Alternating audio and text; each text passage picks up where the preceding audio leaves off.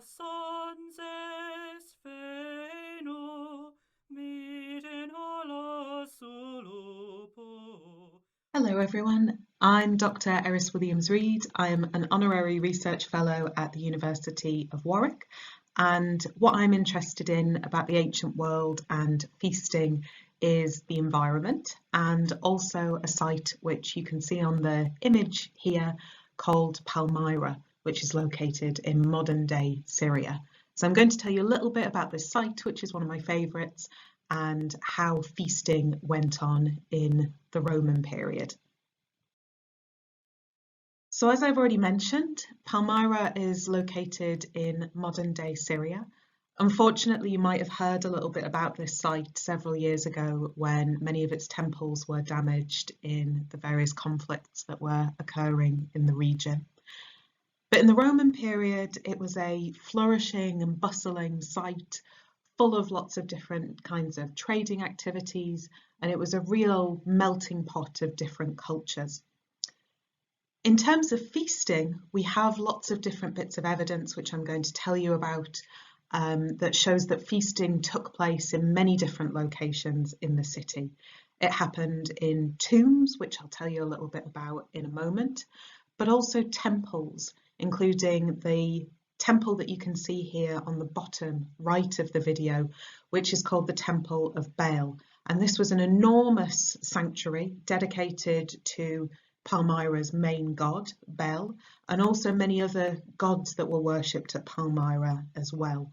And as you can see in this image here, it was a huge temple that really rose above all of these beautiful palm trees that you can see around the city. When people were feasting in Palmyra, they actually ate lots of different things, and we can tell that both from some of the images, which I'll show you in a moment, but also from the inscriptions, the texts that were carved onto stones or faces of buildings, which told us quite a bit about the different kinds of foods people would eat. One particular text is known as the Tax Law of Palmyra, and this was a very large inscription that was carved onto multiple plinths, and it was found near the agora in the city, or the marketplace, the sort of hub of economic activity. And this text was actually a bilingual inscription, so this means that it was written in two different languages. As I said earlier, Palmyra was a real melting pot of different cultures, and the fact that you get all of these texts, often in more than one language, really speaks to that kind of cultural atmosphere in the city.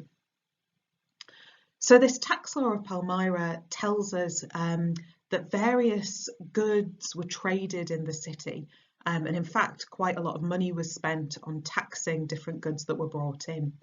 So some of the foods that we see in this text, which gives us a hint as to what kinds of things people were eating, include olive oil, wheat, wine, salt, spices, and these include a whole range of different spices which show that Palmyra was connected not only to the Roman world around the Mediterranean, but also further afield in India and the Gulf and the wider Middle East.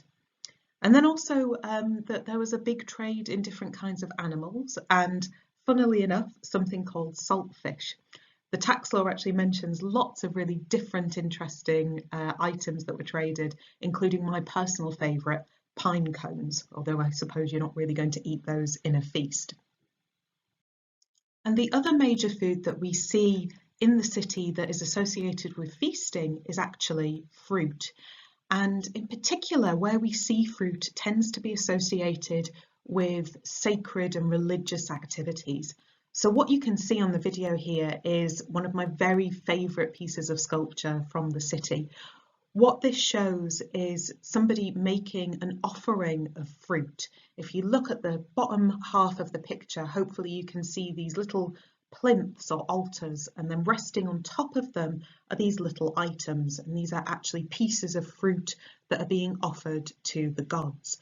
And some scholars think that this scene actually depicts what was known as the sacred garden of Aglabol and Malakbel, two more Palmyrene gods who were worshipped in the city. So we've looked at the different kinds of foods that were eaten during feasts in Palmyra, but how did they actually get there? We've already hinted at this a little bit in the things that we've looked at. There were two main ways of food entering the city. Firstly, via trade, as we saw with the tax law, with this inscription that mentions lots of different foods. And in fact, the trade network might have been supported by camels. So we hear a lot of different mentions of camels in texts, but they also appear quite strikingly in the visual material of the city. So as you can see here on the bottom right of the slide, there is a camel with a large array of different goods on its back being herded or conveyed along through the desert.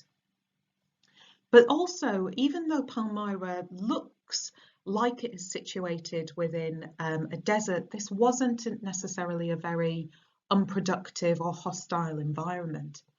In the Roman period, the Palmyrranes used lots of different kinds of water technologies and lots of agricultural knowledge in order to turn the city and the countryside around it into a very productive area.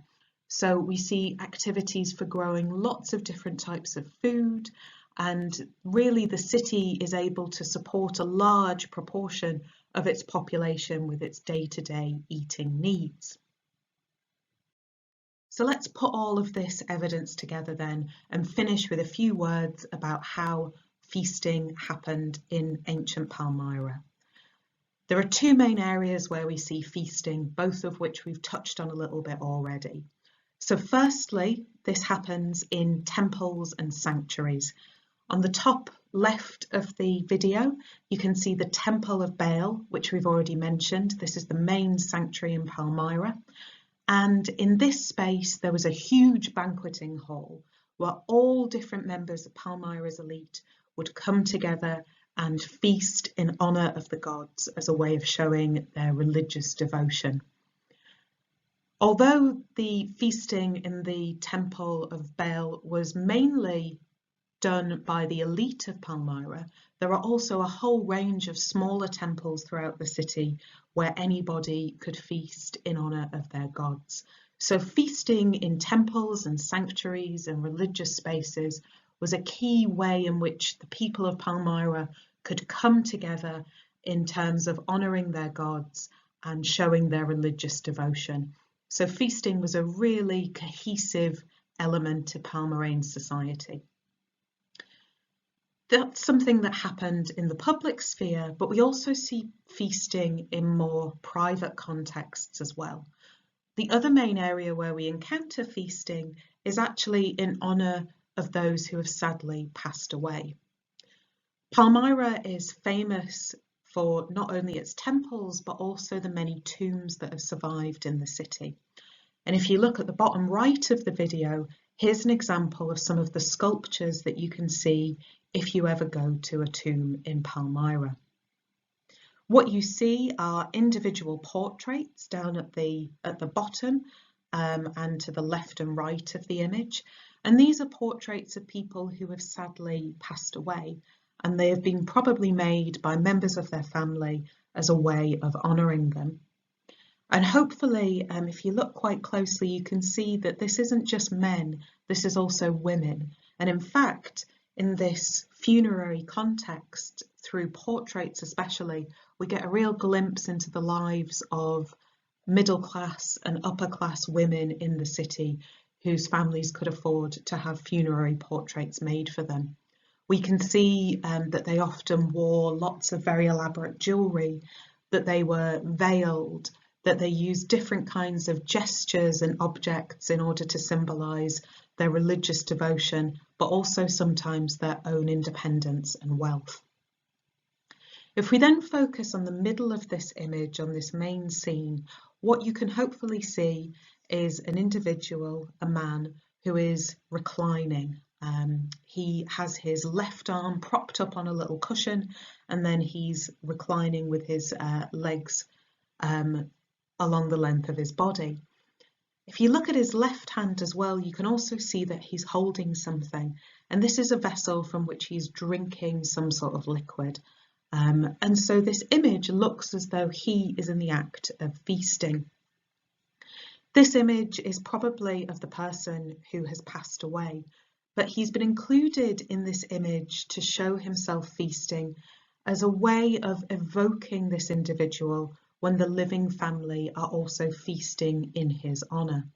If you look behind him, you can see various figures assembled. One of these figures is a woman, so probably his wife, but there are also children here as well. So what this image is showing us is that feasting would be a way of gathering the entire family together in order to celebrate and commemorate somebody who had passed away. And it was therefore an activity involving the whole family, men, women, and children, as a way of coming together and celebrating.